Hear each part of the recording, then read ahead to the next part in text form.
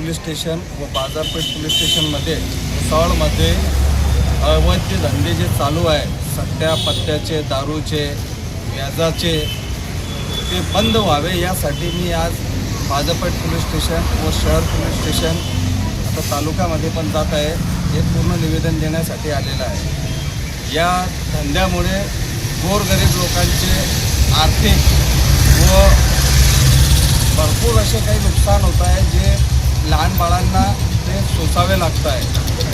आज रोजी भुसावळ नगरपालिके हद्दीत जे शॉपिंग कॉम्प्लेक्स आहेत त्याच्यामध्ये लोकांनी अतिक्रमण करून तिथे अवैध धंदे सुरू केलेले आहे। यामध्ये भुसावळच्या नागरिकांमध्ये भयभीतीचं वातावरण आहे, गुन्हेगारी वाढलेली आहे।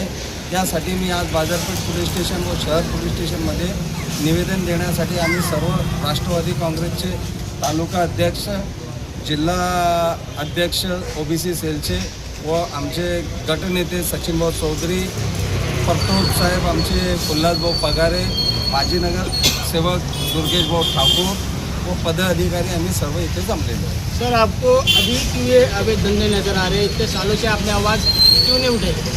एवढ्या वर्षापासून आम्ही आवाज उठवत आहे, कोणी आमचा आवाज दाबून घेत होता। आज रोजी भुसावळ नगरपालिकेमध्ये जनतेने आम्हाला सत्ता दिलेली आहे।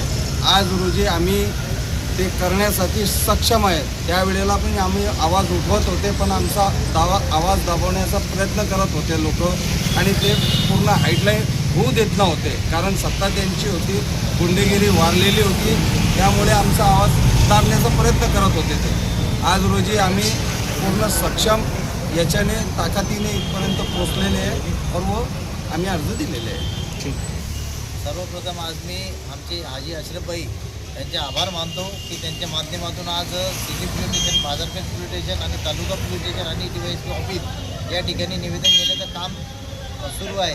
निवेदन यासाठी देण्यात येत आहे की भुसावळ शहरामध्ये जी वाढती गुन्हेगारी आहे त्या गुन्हेगारीला आळा बसावा म्हणून जे अवैध धंदे भुसावळ शहरामध्ये सर्रास सुरू आहे।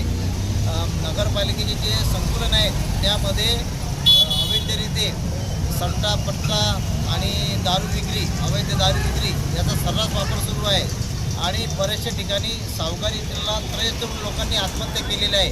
तर या सर्व गोष्टींना वाचा फोडण्यासाठी आमचे शहर अध्यक्ष अशरफभाई यांच्या माध्यमातून आज आम्ही या ठिकाणी निवेदन देण्यासाठी आलेलो आहे।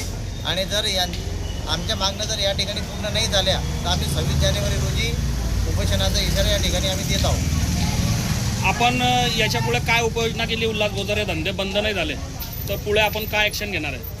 जर यापुढे धंदे बंद नाही झाले तर आम्ही आमच्यासोबत जनतेला सुद्धा आमच्या आंदोलनामध्ये सहभागी करू आणि प्रशासनाची म्हणजे जनता आणि नगराध्यक्ष यांना आमच्यामध्ये सामील करू आणि प्रशासनाची झोप आणि या ठिकाणी उडवू।